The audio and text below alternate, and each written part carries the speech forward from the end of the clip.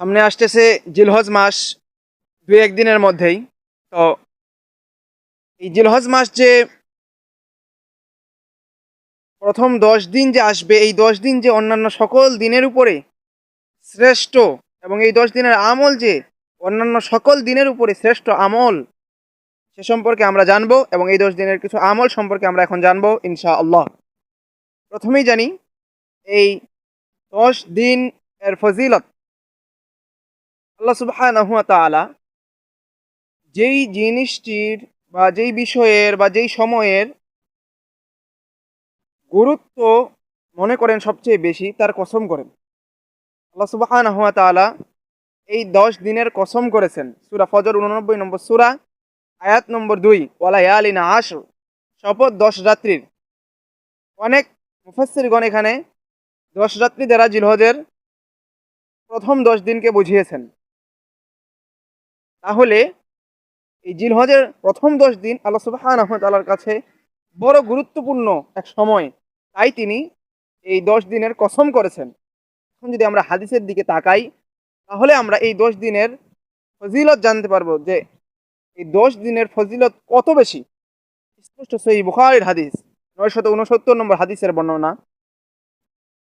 আন ইবনে আব্বাস রাদিয়াল্লাহু তাআলা আনহু আনিন নবী সাল্লাল্লাহু আলাইহি ওয়াসাল্লাম আন্নাহু ক্বাল, আব্দুল্লাহ ইবনে আব্বাস রাদিয়াল্লাহু তাআলা আনহু বলছেন রাসূল সাল্লাল্লাহু আলাইহি ওয়াসাল্লাম থেকে, মাল আমালু ফি আইয়ামিল আশরি আফদালা মিনাল আমালি ফি হাদিহি। আল্লাহ সুবহানাহু ওয়া তাআলার কাছে 365 দিন বা সারা বছরের প্রতিদিনের আমল যেমন গুরুত্বপূর্ণ, যেমন আল্লাহ সুবহানাহু ওয়া তাআলার কাছে সবচেয়ে বেশি পছন্দনীয়, তার মধ্য থেকে এই 10 দিনের আমলটাই হচ্ছে আল্লাহ সুবহানাহু ওয়া তাআলার কাছে বাকি সকল দিনের আমলের থেকে সবচেয়ে বেশি আল্লাহ সুবহানাহু ওয়া তাআলার কাছে মর্যাদাপূর্ণ আমল। সুবহানাল্লাহ।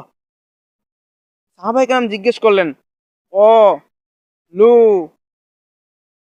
লাল জিহাদ, লাল জিহাদ, আল্লাহর রাস্তায় জিহাদও কি নয় এই 10 দিনের আমলের থেকে বেশি ফজিলতপূর্ণ? ক্বালা ওয়ালাল জিহাদ। প্রিয় নবী মুহাম্মদ রাসূলুল্লাহ সাল্লাল্লাহু আলাইহি ওয়াসাল্লাম বললেন, জিহাদও নয়, তবে সেই জিহাদ ইল্লা রাজুলুন খরাজা ইখাতিরু বিনাফসিহি ওয়া মালিহি, যে তার জান ও মাল নিয়ে আল্লাহর রাস্তায় বেরিয়ে গিয়েছে, তাহলে মারজিআ বিশাই, সে শহীদ হয়ে গিয়েছে আর ফিরে আসেনি, ওই ব্যক্তির ফজিলত নিশ্চয়ই বেশি রয়েছে। তাহলে এই 10 দিনের আমলের ফজিলত বড়। তাই আমরা এই 10 দিন কি কি আমল করবো একটু সংক্ষিপ্ত সারে জানি। প্রথমত, হযরত মুহাম্মদ রাসূলুল্লাহ সাল্লাল্লাহু আলাইহি ওয়াসাল্লাম এই 10 দিন চুল নখ যারা কুরবানি দিবে তাদেরকে কাটতে নিষেধ করেছেন।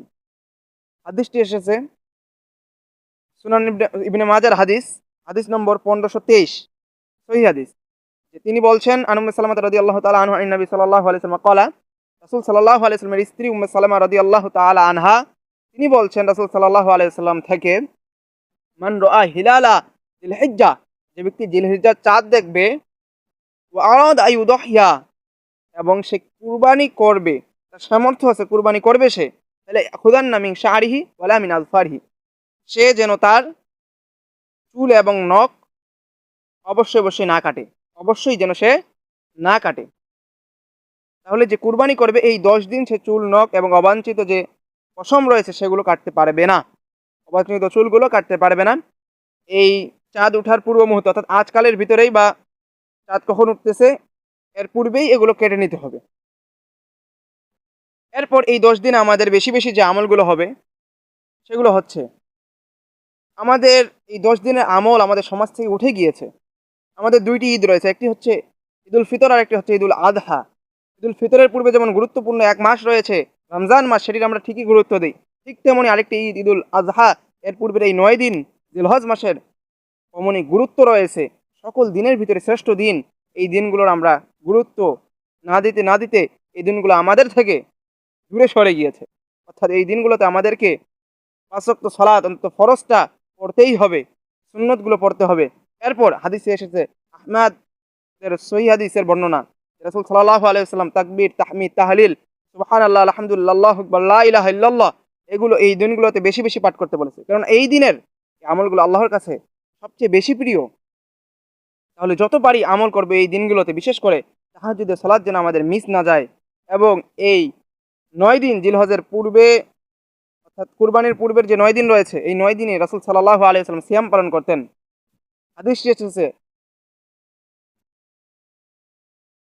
হাদিসটি এসেছে আবু দাউদের হাদিস, নাসাই এর হাদিস, 2417 নম্বর হাদিস, যে রাসূল সাল্লাল্লাহু আলাইহি ওয়াসাল্লামের কোন এক স্ত্রী বলছেন, কানা ইয়াসুমু তিসআম মিন যিলহিজ্জাহ, রাসূল সাল্লাল্লাহু আলাইহি ওয়াসাল্লাম জিলহজের প্রথম 9 দিনে সিয়াম পালন করতেন। তাই আমরা সিয়াম পালন করব, যত পারি বেশি বেশি আমরা জিকির আজকারে রত থাকব, যত পারি আমরা নফল সালাত বেশি বেশি পড়ব। এবং কি ইমাম বুখারী রাহমাতুল্লাহ আলাইহি বলেন, ইবনু ওমর রাদিয়াল্লাহু তাআলা আনহু, আবু হুরায়রা রাদিয়াল্লাহু তাআলা আনহু, তারা এই জিলহজ মাসের প্রথম 10 দিন বাজারের দিকে চলে যেতেন এবং আল্লাহু আকবার, লা ইলাহা ইল্লাল্লাহ, আল্লাহু আকবার, আল্লাহু আকবার, ওয়ালিল্লাহিল হামদ, এই তাকবীরটি পড়তে থাকতেন এবং তার সাথে অন্যান্য সাহাবীরাও তাদের সাথে পড়তো। এই তাকবীর আমাদেরকে এই 10 দিন বেশি বেশি পাঠ করতে হবে এবং অন্যান্য মানুষের সামনে পাঠ করতে হবে, যাতে তাদেরও স্মরণে আসে এবং তারাও পাঠ করে। এই 10 দিন আমাদেরকে আমলের সাথে কাটাতে হবে। আল্লাহ সুবহানাহু ওয়া তাআলা আমাদেরকে আমল করে সেই জান্নাতের পথে আমাদেরকে হাঁটি হাঁটি পা পা করে আগানোর তৌফিক দান করুক। আমিন। আসসালামু আলাইকুম ওয়া রাহমাতুল্লাহি ওয়া বারাকাতুহু।